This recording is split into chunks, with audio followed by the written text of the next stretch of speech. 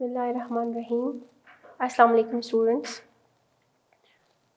Now today you will start with me the next chapter, and that is unit number 5. The title of the unit is The Blanket.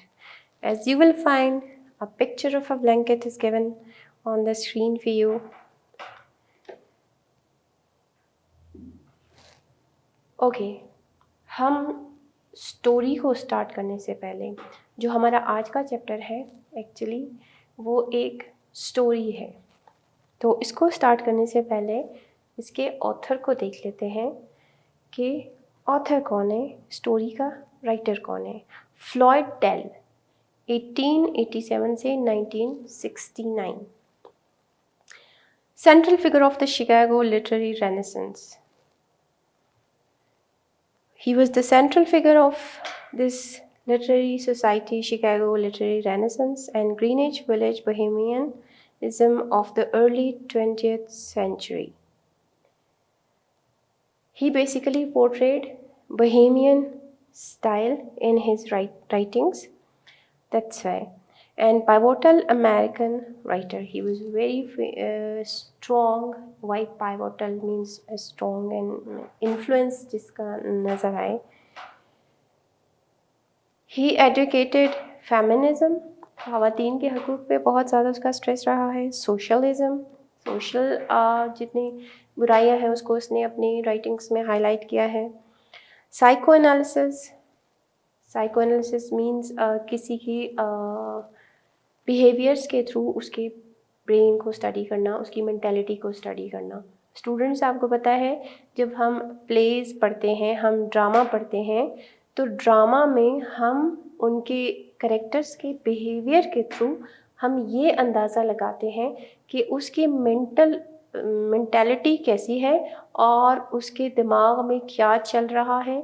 क्या वो एक positive character है या वो एक negative character है. उसके डायलॉग्स. तो साइको एनालिसिस मीन्स उसकी बिहेवियर से उसकी ब्रेन और उसकी साइकोलॉजी को स्टडी करना. सो इसने साइको एनालिसिस भी की है. जब हम ये एक लिटरेरी थ्योरीज को हम टेक्स्ट पे अप्लाई करते हैं और फिर हम उन कैरेक्टर्स को रीड करते हैं. And progressive education. So these were one of the themes which he advocated a lot, जिस पे इसने काम किया है. He wrote novels, plays, essays, and Bohemian life came to epitomize the Greenwich Village avant-garde of 1910 and 1920s. So ये जो एक ख़ास विलेज है, ग्रीनिच जो है वो इंग्लैंड में है. It's the name of the place. और वहाँ का जो विलेज है एवेंट-गार्डे, वहाँ के ज़्यादातर जो पोर्ट्रे किया है 1910s और 1920s में, वहाँ जो सेटअप चल रहा था ज़्यादातर उसने उसी को ही पोर्ट्रे किया है. Managing editorial of radical magazine The Masses. So उसने जो है वो द मासेस मैगज़ीन का नाम था जिसका वो मैनेजिंग एडिटोरियल था, जिसको वो मैनेज करता था. Dell was twice put on trial for publishing subversive literature. 2 दफ़ा उसको सज़ा भी मिली. Editor and a critic. सिर्फ एडिटर नहीं था बल्कि एक क्रिटिक भी था. Dell's influence is alive in the works of many major American writers. बहुत से अमेरिकन राइटर्स आज भी उससे इन्फ्लुएंस्ड है, फ्लॉयड से, और अभी भी उसी की तरह ही काम करते हैं. इन्फ्लुएंस किसी ऑथर का कि दूसरे ऑथर पे इस तरह से नज़र आता है उसके काम में कि वो भी उसी के स्टाइल को अपना के उसी तरह ही काम करने की कोशिश करता है. तो एज अ क्रिटिक और एज अ एडिटोरियल जो है वो बहुत से अमेरिकन राइटर्स में उसका इन्फ्लुएंस आपको नज़र आएगा आज भी. This was about the author. So pre reading questions आज हम लोग देख लेते हैं, बिकॉज आज का हमारा जो लेसन है वो थोड़ा सा प्रीवियस लेसन से हट के है.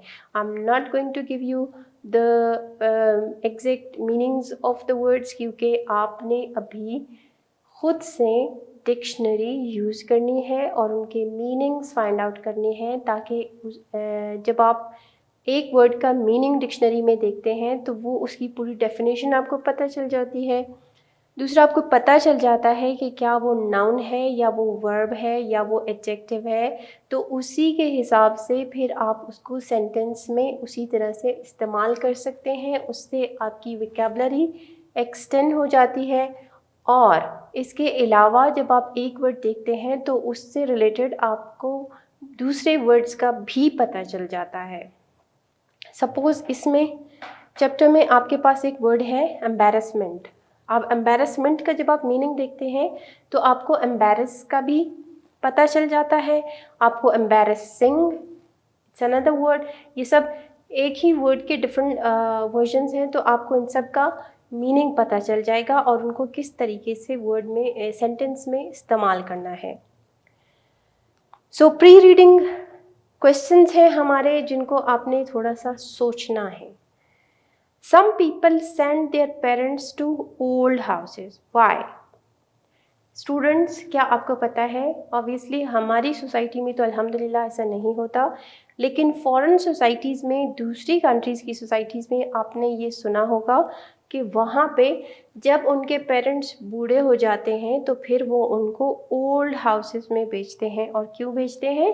क्योंकि वो ये समझते हैं कि अब ये अपना काम खुद नहीं कर सकते और उनके बच्चे उनके लिए काम करने को तैयार नहीं होते, और वो ये समझते हैं कि उनका टाइम जो है वो अपने पेरेंट्स पे लगाने से कहीं ज़्यादा कीमती है, तो वो अपनी ज़िंदगी पे क्यों ना लगाएं बनिस्बत इसके कि वो पेरेंट्स की खिदमत करें।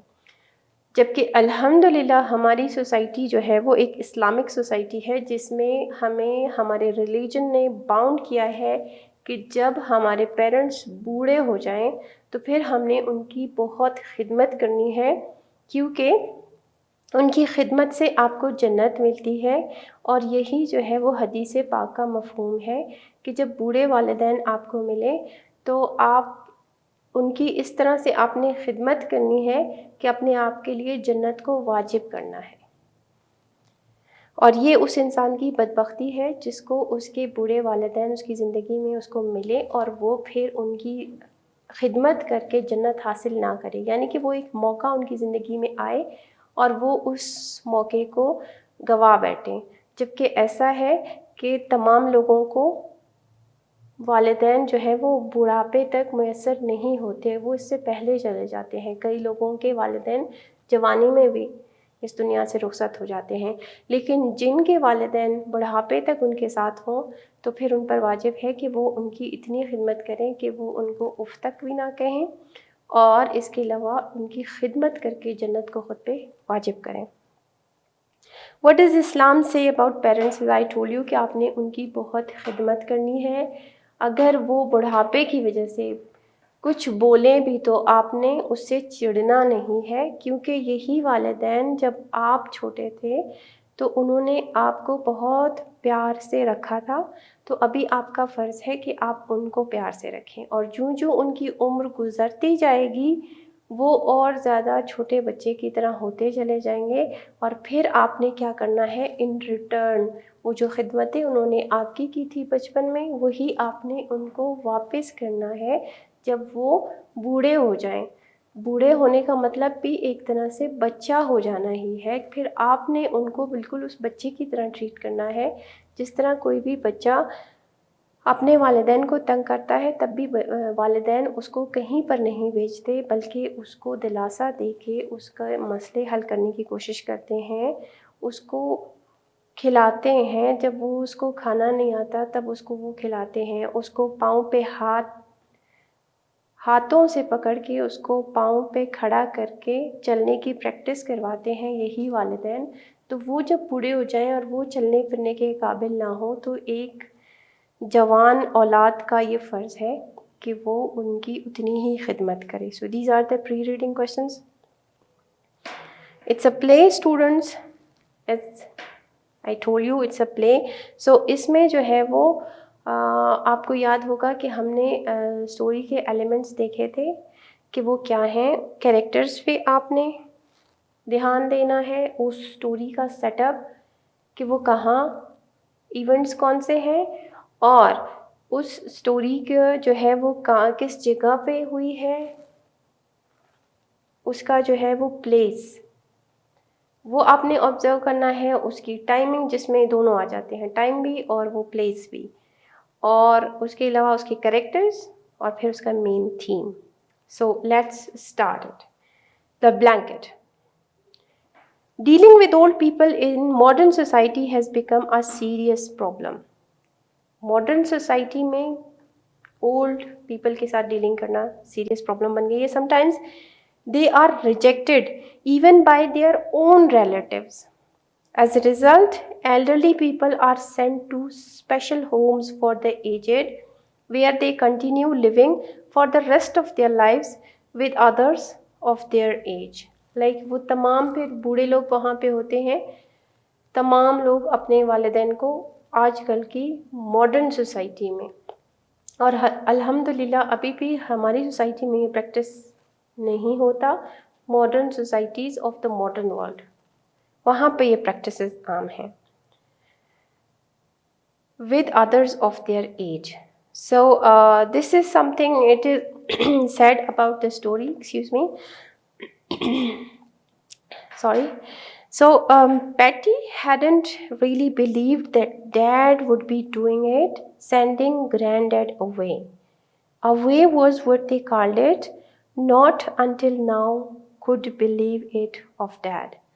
Now, student, in the very first 2 lines में ही आपको पता चलेगा, एक कैरेक्टर है patty, hadn't really believed that dad would be doing it, sending granddad away. ये जो पहला सेंटेंस है इसमें आपको 3 कैरेक्टर्स का पता चल जाता है। एक है पैटी जिससे वो स्टार्ट हुआ, और दूसरा जो है वो उसको यकीन नहीं आ रहा था किस पे, डैड पे, उसके वालिद, would be doing it, sending granddad away, कि वो इस तरह कर रहा होगा, क्या कर रहा होगा, sending granddad away. Now it is telling about the situation in the story.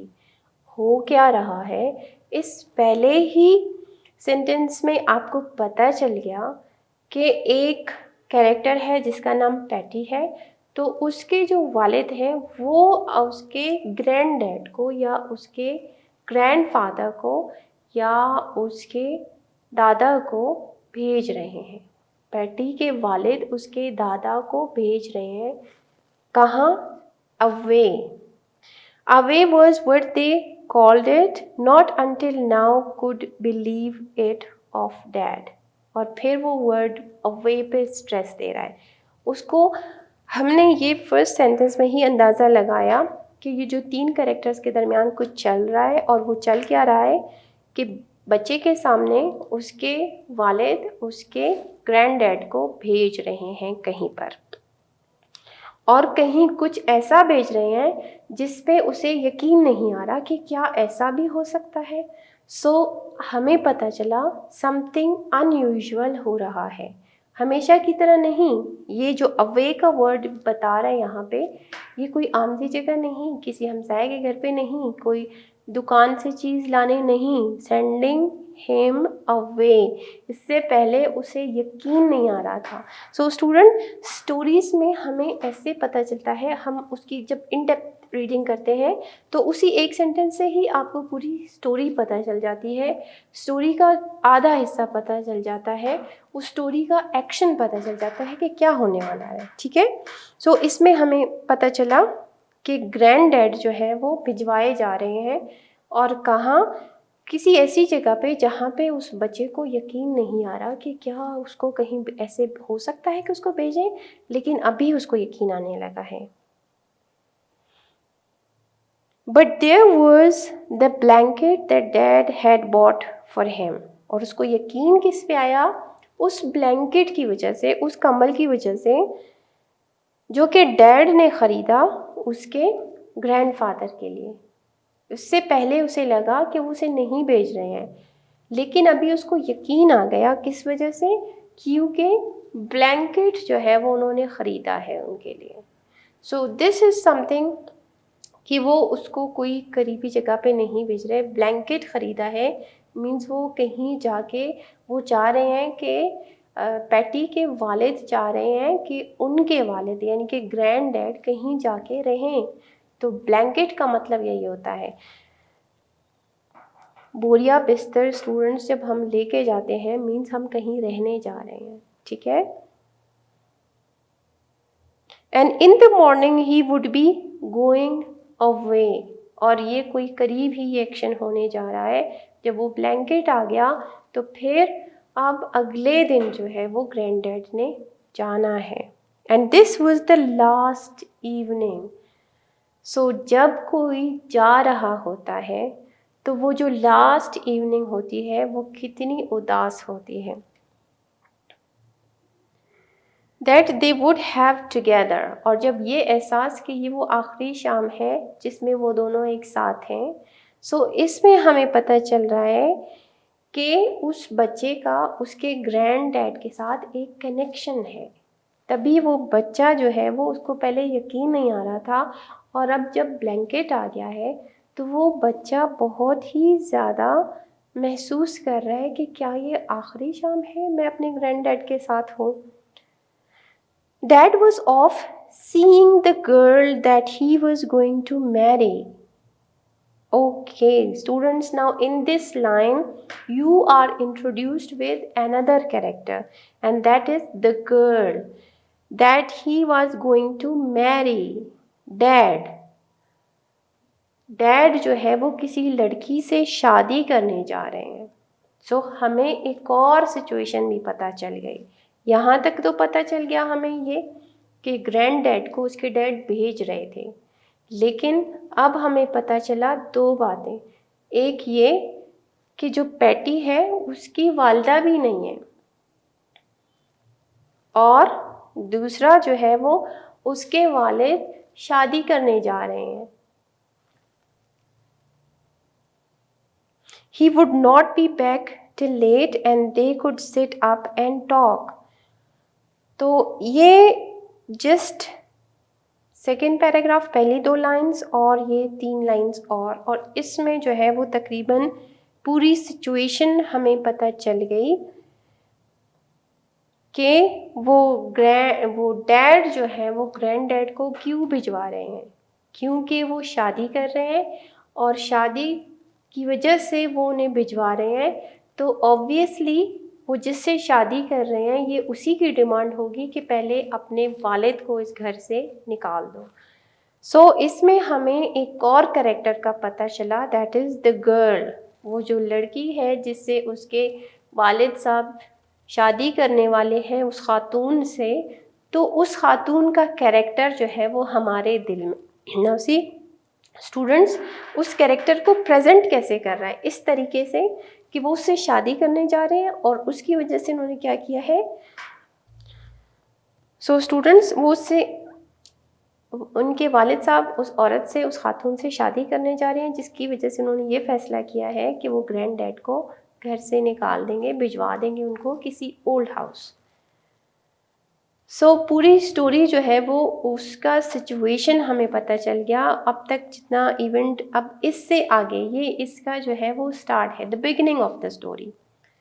तो जो एक्सपोजिशन है जिससे कैरेक्टर्स एक्सपोज हुए हैं वो हमारे पास सिचुएशन एक्सपोज जो हुई है, सिचुएशन जो हमारे सामने आई है वो कुछ इस तरीके से है कि कैरेक्टर्स जो है वो स्टोरी के 4 हैं, जिनमें से एक बच्चा है, एक उसके वालिद हैं, एक वालिद एक लड़की से शादी करना चाह रहे हैं जिसकी वजह से वो अपने वालिद को उस घर से निकाल रहे हैं, और ये बच्चा जिसकी कोई अपनी माँ नहीं है वो अपने ग्रैंड डैड के साथ बहुत अटैच है, जिसकी वजह से वो बहुत तन्हा महसूस कर रहा है और उसे लग रहा है कि क्या ये आखिरी शाम है, तो वो बहुत उदास है। और उसे लगा कि अब चूँकि वालिद साहब उसे भिजवा रहे हैं और वालिद साहब के सामने वो ये बातें करना भी नहीं चाहता, इसलिए उसे लगा कि चूँकि वालिद साहब नहीं है और वो रात को देर से आएंगे तो उसके पास अपने ग्रैंड डैड के साथ बैठ के बातें करने का टाइम है अभी। It was a fine September night. अब सेटिंग आ गई। सेटिंग में हमारे पास टाइम आ गया, प्लेस हम देखते हैं, ठीक है। टाइम हमारे पास कौन सा आया, फाइन सितंबर नाइट। अब सितंबर का जो नाइट है, ना बहुत ज़्यादा सर्दी है ना बहुत ज़्यादा गर्मी है, सो एक दरमियान का मौसम है, with a silver moon riding high over the alley. और सितंबर जो है वो इस चीज़ को भी हमें बताता है कि आगे अक्टूबर में फॉल, सितंबर अक्टूबर में फॉल का सीज़न जब होता है वो भी एक उदासी लेके आता है। तो वो जो इंसिडेंट आने वाला है इनकी लाइफ में ग्रैंड डैड को भिजवाने से, तो वो भी एक सैड इंसिडेंट है। तो ये दोनों भी यहाँ पे जो है वो आपस में मैच करते हैं। सितंबर का एक नाइट या वो नाइट जिससे आगे क्या होगा, जब ख़िज़ा हो जाएगी, सब पत्ते गिर जाएंगे, सब कुछ बैरन हो जाएगा, और फिर क्या होगा, सर्दी का जो मौसम आता है दैट इज़ सो उदासियाँ लेके आता है, दरख्त खाली होते हैं, परिंदे वगैरह बाहर नहीं निकलते, सब जानवर सर्दी की वजह से जो है वो अपने घरों में चले जाते, तो वो एक उदासी लेके आता है। और ये रात भी उदासी लेके आई है इस बच्चे की ज़िंदगी में, क्योंकि उसके दादा जो है वो अगले दिन जा रहे हैं। तो सितंबर नाइट हो गया, with a silver moon riding high over the एले। और क्या है, सिल्वर मून, रात का टाइम भी है। When they had washed up the supper dishes, अब हमें ये भी पता चल रहा है कि they went out on the porch of the hut, the old man and the little boy taken their chairs। एक और बात हमें पता चल रही है इनकी अटैचमेंट की। आप देखें, सपर के जो डिशेस भी हैं इन्होंने एक साथ धोए हैं। Supper is the meal of the evening, evening में जो आप कुछ खाते हैं इट्स अ मील, तो वो उसके डिशेस जो हैं वो इन्होंने दोनों ने मिलके एक साथ धोए, और अभी जाके वो पोर्च पे दोनों अपनी चेयर्स पे बैठ गए हैं। सो इससे इनकी अटैचमेंट का भी पता चल रहा है। इससे ये अंदाज़ा हो रहा है कि वो बच्चा और उसके दादा बहुत ज़्यादा अटैच हैं एक दूसरे के साथ। I'll get my fiddle, said the old man। Fiddle is an instrument, a musical instrument, जिसको सारंगी कहते हैं। तो ओल्ड मैन ने क्या कहा कि मैं अपना फिडल जो है वो लाता हूँ and play you some of the old tunes. अब सी स्टूडेंट्स, ओल्ड ट्यून्स, पुराने गाने, क्यों वो गा रहा है? क्योंकि उसे लग रहा था कि वो जो पुराने गाने हैं वो उसको उस टाइम में लेके जाएंगे ग्रैंड डैड को, जहाँ पे उसे इस बात का एहसास नहीं था कि कभी उसे इस घर से महरूम कर दिया जाएगा, कभी इस बच्चे की दोस्ती जो है वो मज़ीद उसके पास नहीं होगी। But instead of the fiddle he brought out the blanket. Now see, अब जब वो अंदर गया, so this is what you can say उस बूढ़े आदमी के दिल में क्या चल रहा है। पहले इसने कहा कि मैं फिडल लेके आता हूँ, म्यूज़िकल इंस्ट्रूमेंट, सारंगी ला के मैं कुछ साज बजाता हूँ जो कि पुराने हैं, और उन पुरानों से इसका ताल्लुक़, ग्रैंडडैड का ताल्लुक़ कुछ इस तरह से है कि वो अपनी जवानी के या तो गाने सुनाएगा या उन डेज़ के जब उसको ये दुख नहीं था कि उसे निकाला जा रहा है। लेकिन जब वो अंदर जाता है तो वो ब्लैंकेट उठा के ले आता है। It was a double blanket, read with black stripes. उस पे जो है वो ब्लैक पट्टियाँ हैं, रेड कलर का ब्लैंकेट है, जैसे कि स्टार्ट में एक रेड कलर का ब्लैंकेट विद ब्लैक स्ट्राइप्स की इमेज जो है वो प्रेजेंटेशन के स्टार्ट में थी। Okay, Now isn't that a fine blanket? said the old man, smoothing it over his knees. So अब वो ब्लैंकेट को लाके उसे देख रहा है कि क्या कितना अच्छा ब्लैंकेट है, और फिर उसको स्मूथ कर रहा है, उसको चेक कर रहा है कितना सॉफ्ट है।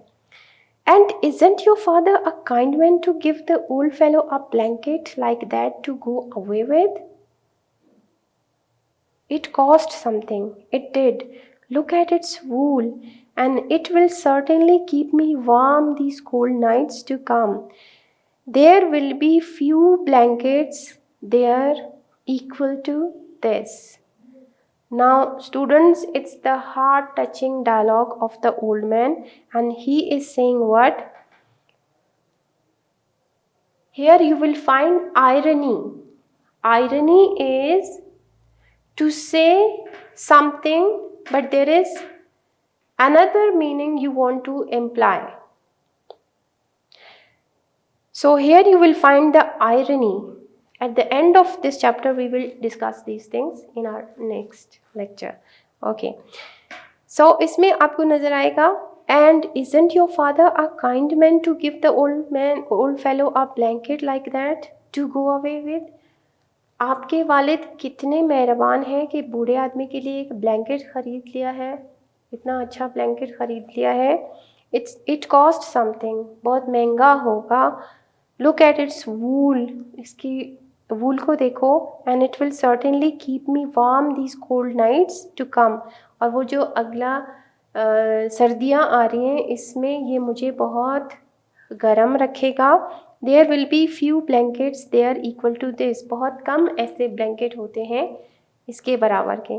Now he wants to, he is saying something but there is another meaning behind it. Now see students कि क्या आपके लिए इसमें एक ये मैसेज भी है कि क्या किसी बूढ़े को एक कंबल देके उसको उस घर से महरूम कर देना, क्या ये काफ़ी है?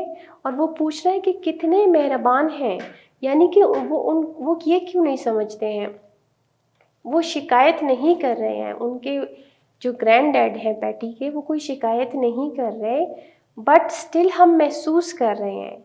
उनका कहना कुछ और है लेकिन हम कुछ और महसूस कर रहे हैं कि क्या ये काइंडनेस है कि आप किसी को एक ब्लैंकेट ला के दो और फिर उसको उस घर से महरूम कर दो. एंड देन चाहे वो जितना भी महंगा हो, फिर उसकी कॉस्ट पे आ जाती है, शायद कि बहुत महंगा है. वो बूढ़ा आदमी अपने आप को तसल्ली दे रहा है कि मेरा बच्चा जो है, मेरा बेटा जो है वो बहुत मेहरबान है, उसने मुझ पे बहुत पैसे भी खर्च किए हैं, एक ब्लैंकेट ला के दिया है. और उसकी जो है वो फिर मटेरियल को वो देख रहा है और फिर वो ये सोच रहा है कि अगले आने वाली सर्दियों में ये मुझे कितना गर्म रखेगा. But students you will see that अगले आने वाली सर्दियों से उसका मुराद है कि जब मुझे उस वक्त when you don't have any love you will feel cold. So वो कह रहा है कि जब मुझे मोहब्बत की ज़रूरत होगी तो क्या ये कंबल काफ़ी होगा मुझे वो मोहब्बत देने के लिए जो कि मैं इस घर में महसूस करता हूँ, जो कि वो अपने ग्रैंड सन के साथ अटैचमेंट जो फील करते हैं, वो लव वो उसको वार्मथ देती है बनिस्बत इसके कि ऑल्सो देयर इज़ समथिंग कि जो ह्यूमन बींग्स की अटैचमेंट ह्यूमन बींग्स के साथ होती है, उनको थिंग्स, ऑर्डिनरी थिंग्स उस कमी को पूरा नहीं करते. आपको जब इंसानों की ज़रूरत होती है तब आपको ये चीज़ें, ये पैसा और ये आपको काम नहीं देती, आपको उन रिश्तों की ज़रूरत होती है. और ख़ास तौर पर ओल्ड एज में आपको कंफर्ट से ज़्यादा अपने रिश्तों की ज़रूरत होती है. सो इन दिस 3 लाइन्स हमें पता चला कि उस बूढ़े आदमी के दिल में क्या चल रहा है. Oh yes, it's a fine blanket, said Patty, and got up and went into the hut. उसने कहा हाँ वाकई. But you know, the boy also felt it. और जैसे ही उसने ये कहा फ़ौरन से उठ खड़ा हुआ. He wasn't the kind to cry. वो रोने वाला बच्चा नहीं था. And besides, he was too old for that. और अब बड़ा हो गया था, being 11. लेकिन फिर भी उसने इतना महसूस किया इस बात को कि उसे रोना आ रहा था, इसलिए वो वहाँ से उठ गया. He had just come in to fetch granddad's fiddle. और वो चला गया, एक बहाने से उठ गया और लाके ग्रैंड-डैड का फिडल लेके आया ताकि मज़ीद उसके ग्रैंड-डैड इस टॉपिक को ना छेड़े, क्योंकि उस बच्चे का दिल जो है वो बहुत ज़्यादा कट रहा था इस बात पे कि वो ब्लैंकेट लेके आए हैं और वो ये कह रहे हैं कि ये मुझे बहुत गर्म रखेगा और ये कितना मेहरबान मेरा बच्चा है कि उसने मेरे लिए इतना महंगा ब्लैंकेट ले लिया है.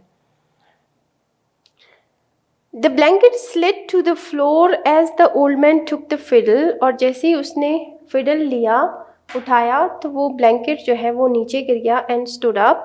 It was the last night they would be having together. There wasn't any need to say play all the old tunes. Granddad tuned up for a minute and then said, "This is one you would like to remember." फिर क्या हुआ, जब उसने वो fiddle ला के दिया, वो musical instrument ला के दिया, तो फिर अगेन ग्रैंड डैड ने जब वो म्यूज़िकल इंस्ट्रूमेंट उठाया तो वो ब्लैंकेट गिर गया, और फिर उन्हें बताने की ज़रूरत नहीं पड़ी, मैं ये तुम्हारे लिए बचाता हूँ, ये तुम्हें हमेशा याद रहेगा। ये याद रहे कि जब आखिरी शाम तुम्हारे दादा तुम्हारे साथ थे तो उन्होंने तुम्हारे लिए ये बचाया था। So students, even these dialogues feel like sympathy with this person. आपके जो है वो फीलिंग्स उनके लिए सिंपैथाइज करना शुरू कर देते हैं, और आप जो है वो आपका दिल दुखना स्टार्ट हो जाता है इस कैरेक्टर के लिए। So this is what the author arouses your feelings. Story में आपकी फीलिंग्स को वो पहले अराउज करता है। अब वो आपको नहीं बता रहा कि लेकिन लाइक स्टोरी की सूरत में वो नहीं बता रहा, वो डायलॉग्स आपको बता रहे हैं कि कौन सा कैरेक्टर क्या फील कर रहा है। अब हमने देखा कि ग्रैंड डैड भी जो है वो बहुत उदास है, और उनके डायलॉग से आपको पता चल रहा है, और वो बच्चा भी बहुत उदास है। 11 इयर्स ओल्ड उसकी एज यहाँ पे हमें पता चली है।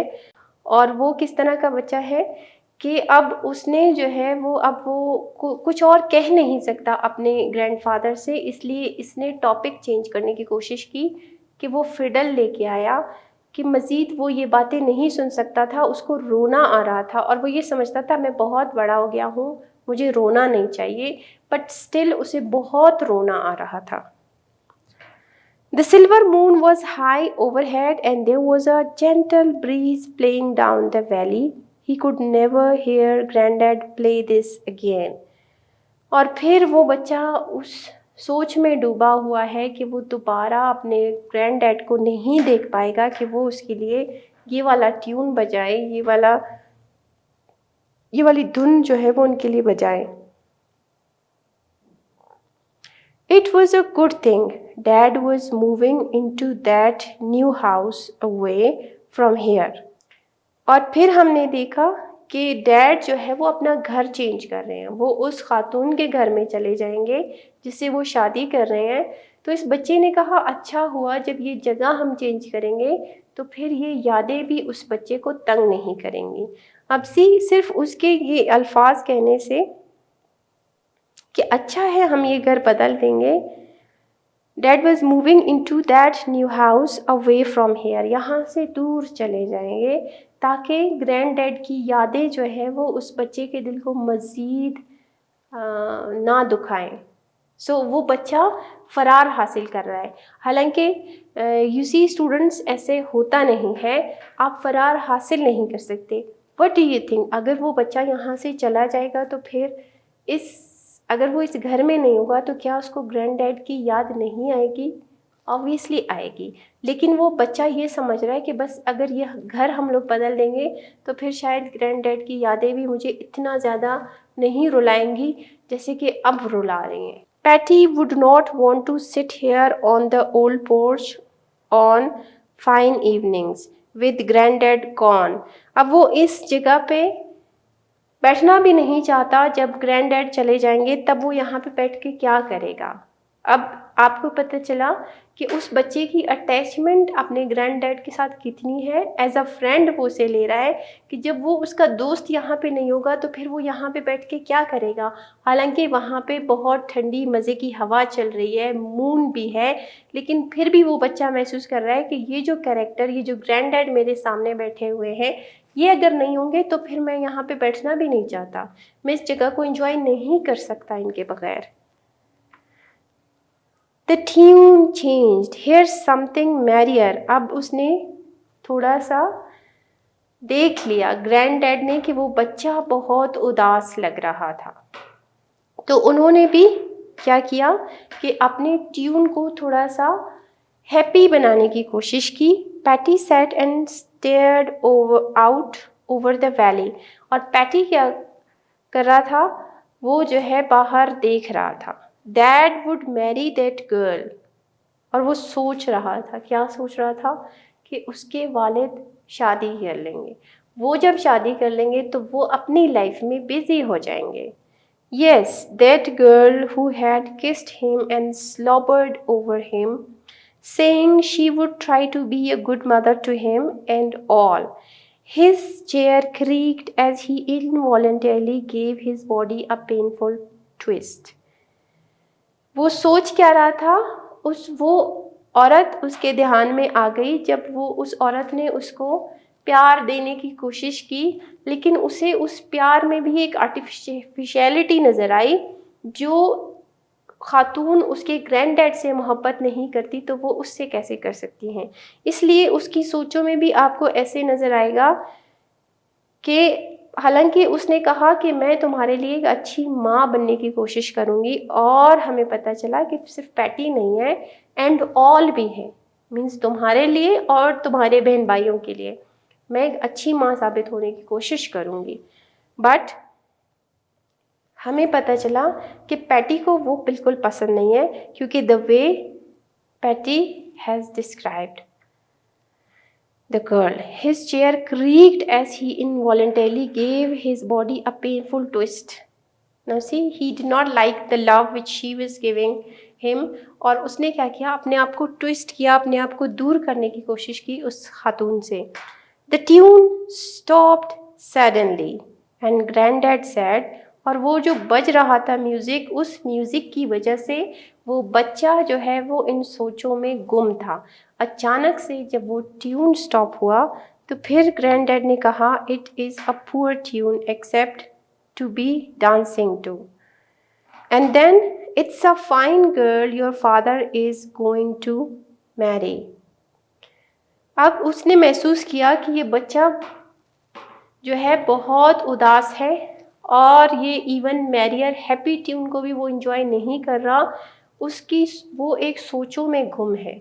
तो फिर ग्रैंड डैड ने थोड़ा सा इस बच्चे को कंसोल करने की कोशिश की कि एक अच्छी लड़की है, तुम्हारे वालिद जिससे शादी कर रहे हैं वो एक अच्छी लड़की है, he will feel young again, और ये तुम्हारे वालिद के लिए ज़रूरी है, वो फिर क्या खुद को जो है वो यंग महसूस करेंगे with a pretty wife like that. और हमें पता चला कि वो खातून बहुत खूबसूरत भी हैं जिससे उसके वालिद शादी कर रहे हैं, लेकिन उसका कैरेक्टर हमें कुछ अच्छा नहीं लग रहा। एक तो इस बात से कि उसके वालिद जो है वो उसके घर में शिफ्ट होके अपने वालिद को भिजवा रहे हैं, दूसरा इस बच्चे की फीलिंग्स भी उसके बारे में कुछ खास अच्छी नहीं है। And what would an old fellow like me do around the house getting in the way an old nuisance. What with my talk of aches and pains, and then there'll be babies coming, and I would not want to be there to hear them crying all hours. It's best that I take myself off like I'm doing. तो वो उस बच्चे को console करने की कोशिश कर रहा है कि वो बच्चा ज़्यादा उदास ना हो। ग्रैंड डैड ने ये महसूस कर लिया। नाउ स्टूडेंट्स, हमें यहाँ पे ये पता चला कि इन दोनों के दरमियान मोहब्बत भी बहुत ज़्यादा है। इवन उस बच्चे ने कुछ नहीं कहा, लेकिन फिर भी उसके ग्रैंड डैड ने महसूस कर लिया कि वो बच्चा उदास है, और वो उसको तसल्ली देने की कोशिश कर रहा है कि ये अच्छा है, मैं क्या करूँगा, मैं हमेशा अपने दर्दों के किस्से सुनाता रहूँगा, और मेरी कोई यहाँ पे अब मेरा कोई फ़ायदा ही नहीं है। अगर तुम्हारे और बहन भाई हो जाएंगे, वो चीखते चिल्लाते रोते धोते रहेंगे, मैं कहाँ बर्दाश्त कर सकता हूँ, इसलिए बस मुझे चले ही जाना चाहिए। But still all these things he is saying just to console the boy. उस ग्रैंड डैड ने महसूस किया कि ना सिर्फ वो उदास है बल्कि वो बच्चा भी उदास है। तो ग्रैंड डैड उस फीलिंग को अपने दिल पे ले रहे हैं और उस बच्चे को कंसोल करने की कोशिश कर रहे हैं ताकि वो बच्चा और मज़ीद उदास ना हो, जो कि बिन माँ का बच्चा है।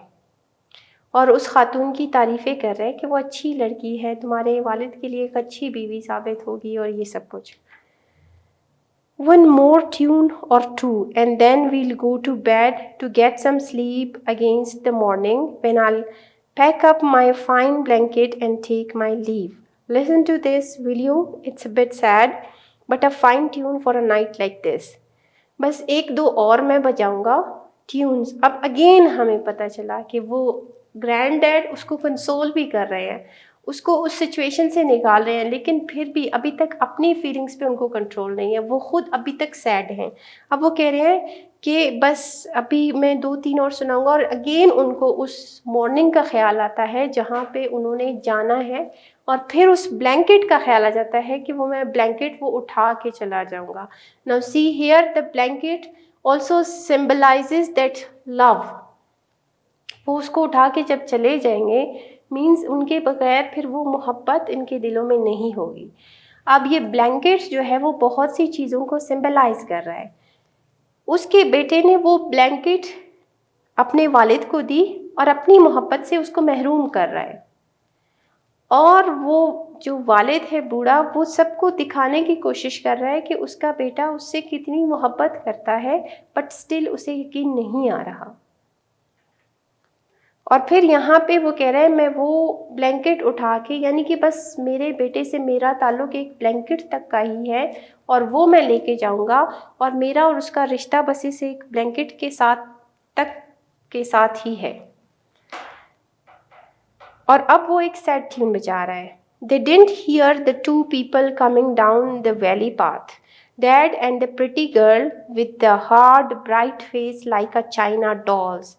But they heard her laugh right by the porch, and the tune stopped on a wrong, high, startled note. अब क्या हुआ कि जैसे ही उसकी आवाज़ आई, now see the feelings of the grandad, कि वो जो म्यूज़िक में खोए हुए एक सैड ट्यून बजा रहे थे, उसका जो है वो एकदम से रॉन्ग, हाई, स्टार्टल्ड नोट, एक धुन में चलते चलते एकदम से वो एक तो रॉन्ग चला गया, हाई उसका जो है वो बीट बहुत हाई हो गई, और स्टार्टल्ड नोट कि आगे पता नहीं क्या होगा, और वो बिल्कुल भूल गए। नाउ सी, जब उसकी हंसी की आवाज़ आई तो ग्रैंड डैड की फीलिंग्स कि वो आ रही है, सो यू कैन इमेजिन कि वो एकदम से उनकी जो है वो सैडनेस भी ख़त्म हो गई। Then dad didn't say anything, but the girl came forward and spoke to granddad prettily. अब हमें पता चल रहा है pretty girl, prettily talking, China doll बहुत खूबसूरत है, चाइना डॉल की तरह है, ब्यूटी है उसमें, बट उसमें फीलिंग्स नहीं है। मीन्स एक खूबी जो है, जब आप जितने भी खूबसूरत हो जाएं, जब आप में अच्छी क्वालिटीज़ ना हो तो आपकी खूबसूरती खुद ब खुद मान पड़ जाती है। If you want to be beautiful so you should be good. और यहाँ पे ये जितनी भी खूबसूरत है, इसके बावजूद वो एक विलन बन रही है, उसके बावजूद इसकी खूबसूरती आपको इम्प्रेस नहीं कर रही है, आपके दिल में और मज़ीद इंटेंस नेगेटिव फीलिंग्स जो हैं वो उसके हवाले से और पैदा हो रहे हैं। अब डैड जो है वो एक तरह से बहुत बुज़दिल इंसान है। यहाँ पे ये कैरेक्टर जो डैड का है, क्योंकि वो कुछ कह नहीं रहे, उनको पता है क्या उनके दिल में अपने वालिद के लिए फीलिंग्स नहीं है। जब ये छोटा बच्चा इसके दिल में ये फीलिंग्स है, तो वो वालिद उसके दिल में अपने वालिद के लिए फीलिंग्स क्यों नहीं है? होंगे, ज़रूर होंगे, लेकिन वो उनको सप्रेस करने की कोशिश कर रहा है। वो ब्रेव नहीं है, वो अपनी फीलिंग्स को जो कि पॉजिटिव है सामने नहीं ला रहा, कि अगर वो स्टैंड ले सकता कि नहीं वो अपने वालिद से बेपनाह मोहब्बत करता है, वो अपने वालिद को नहीं छोड़ेगा। लेकिन नहीं, हमें यहाँ पे जो डैड का करैक्टर है वो एक इंतहाई बुज़दिल किस्म का इंसान नज़र आ रहा है, जो कि कुछ नहीं कह रहा। और यहाँ पे भी डैड डिडंट से एनीथिंग, कुछ नहीं कहा उन्होंने। लेकिन वो गर्ल आगे आई और उसने कहा, I want see you leave in the morning, so I came over to say goodbye. सुबह तो मैं आपको नहीं देख सकती, आप जा रहे हैं, तो मैं आ गई आपको खुदाफिज करने। Now see, she is trying to be good but she is not. खुदाफिज करने आई है, बट स्टिल एक आपके इवन उसके खुदाफिज कहने में भी आपको एक नेगेटिविटी नज़र आएगी। It's kind of you said granddad with his eyes cast down. अब ग्रैंड डैड की उस खातून के बारे में फीलिंग्स भी आपको जो है वो यहाँ नज़र आएंगी कि सबसे पहले तो वो एक जो म्यूज़िक बजा रहे थे वो म्यूज़िक भी उनसे चला गया एक्सक्यूज़ मी। और यहाँ पे जब उसकी आंखें, जब वो उनसे बात कर रहे हैं तो आंखें नीचे करके, and then seeing the blanket at his feet, और जब वो आंखें नीचे करके बात कर रहे थे तो उनको वो कंबल नज़र आया। He stop to pick it up and will you look at this, he said in embarrassment. Sorry. And will you look at this? He said in embarrassment. The fine blanket my son has given me to go away with. और ये देखो, मेरे बेटे ने मेरे लिए कंबल लिया है कि मैं इसको लेके जो है वो चला जाऊं। Yes, even एम्बैरसमेंट में उन्होंने एक तरह से उसको रियलाइज करवाने की कोशिश की कि मेरे लिए एक ब्लैंकेट लिया है सॉरी उन्होंने इसको रियलाइज़ करवाने की कोशिश की कि मेरे लिए ये ब्लैंकेट लिया है, मैं इसको उठा के चला जाऊंगा। यानी कि शायद ये हो कि उस खातून के दिल में थोड़ा सा रहम पैदा हो जाए और वो कहें कि नहीं आप ना जाएं। बट यू विल सी कि वो खातून किस तरह डेवलप हो रही है एक मज़ीद नेगेटिव से नेगेटिव की तरफ। पहले तो उसका इंट्रोडक्शन हुआ कि उसके वालिद उससे शादी करने जा रहे हैं, इस वजह से ग्रैंड डैड को भेज रहे हैं। लेकिन अभी जब उसकी एंट्री हुई तब उस ग्रैंड डैड की फीलिंग्स ने बता दिया कि वो इंतहाई सख्त किस्म की खातून है। दूसरा, she is trying to be very good, और वो प्रिटिली आके एक तंज के हिसाब से कि मैं सुबह तो आपको नहीं देख पाऊंगी, मैं आपको खुदाफिज करने आई हूँ।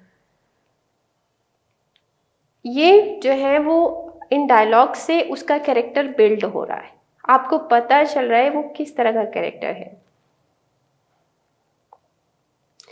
Yes, she said, it's a fine blanket, बहुत अच्छा ब्लैंकेट है।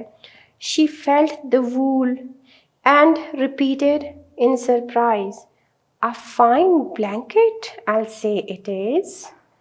अब दोबारा से रिपीट किया, स्ट्रेस। सी स्टूडेंट्स, अपने अल्फाज पे स्ट्रेस देने के लिए पहले इट्स अ फाइन ब्लैंकेट और फिर a fine blanket, I'll say it is.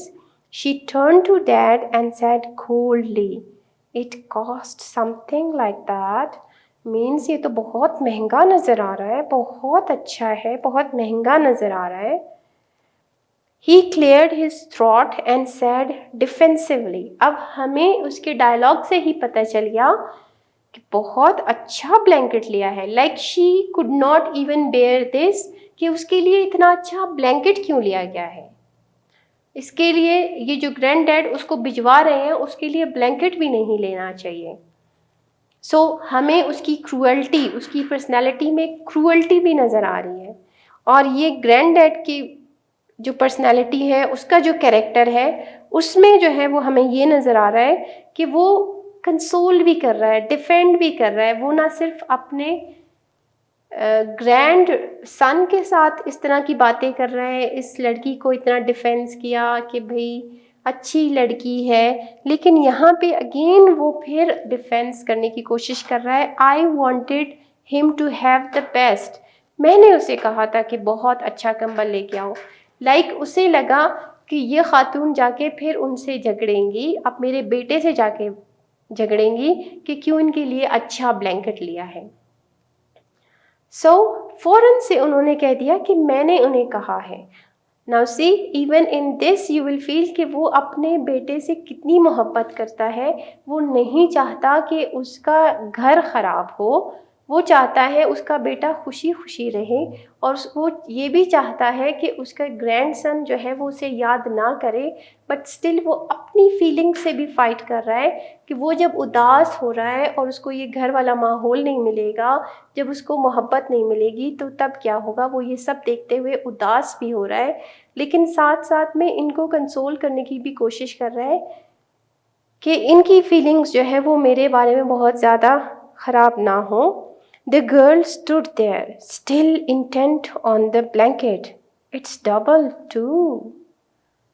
अच्छा, इतना अच्छा कंबल, इतना अच्छा, इतना एक्सपेंसिव, और ये डबल भी है। She said reproachfully to dad, और फिर उसने जो है वो डैड से कहा कि अच्छा इतना अच्छा कंबल इसके लिए लेके आए हो. Yes, said Granddad, it's double. A fine blanket for an old fellow to turned and called out. All the same, he doesn't need a double blanket and go away with. So Granddad जो है वो क्या कह रहे हैं? It's double fine blanket. मैं जा रहा हूँ. Like he is trying to say कि वो बंदा जो घर से जा रहा है, आप उसके लिए इतना सा भी आपके दिल में वो नहीं है कि ये ब्लैंकेट भी ना लेके जाए. He's trying to say this.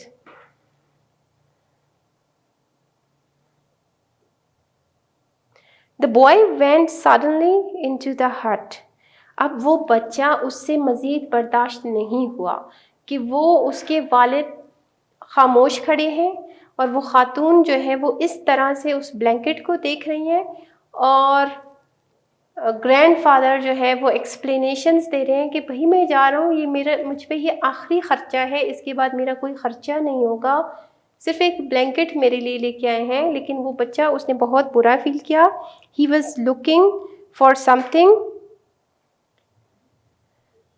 वो कोई चीज़ देख रहा था. He could hear that girl criticising dad, और फिर उसे आवाज़ आ रही थी. वो गर्ल, वो खातून, वो लड़की उसके डैड को क्रिटिसाइज़ कर रही थी. क्या ज़रूरत थी इतने पैसे खर्च करने की ब्लैंकेट पे.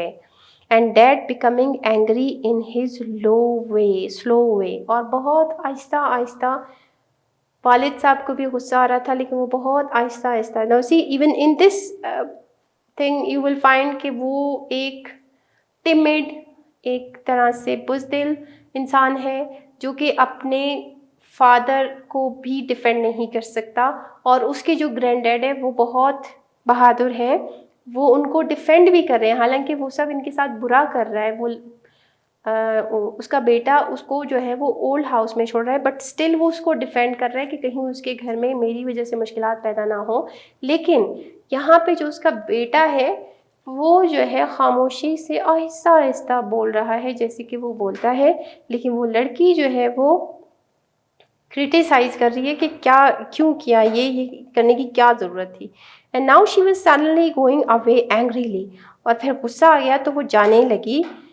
As Patty came out, she turned and called out, "All the same, he doesn't need a double blanket."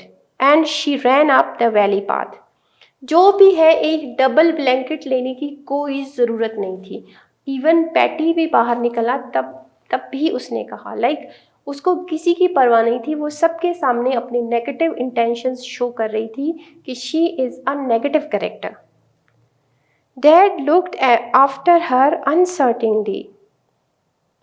अब डैड को अभी तक यकीन नहीं आ रहा कि ये क्यों इस तरह से बिहेव कर रही है. हालांकि उन्हें पता है कि इससे बढ़कर और क्या नेगेटिविटी किसी में हो सकती है जो कि किसी शख्स को ये कहे कि अपने पेरेंट्स को ओल्ड हाउस में सबमिट करवाओ वरना मैं तुमसे शादी नहीं करूँगी. Oh she is right, said the boy coldly. सही तो कह रही है.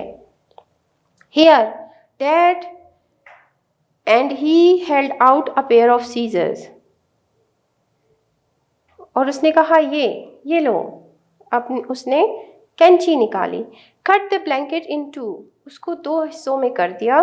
Both of them stared at the boy surprised. अब ये दोनों जो है वो हैरान रह गए कि ये बच्चा कर क्या रहा है. Cut it in two, I tell you dad, इसको जल्दी से 2 में काट दो. He cried out and keep one half, और एक हिस्सा जो है वो आप अपने पास रखो. That's not a bad idea, said Granddad gently. I don't need so much of a blanket. हाँ, ये अच्छा है. मुझे इतना बड़ा ब्लैंकेट लेके जाने की क्या ज़रूरत है. मुझे इतने बड़े ब्लैंकेट की ज़रूरत नहीं है.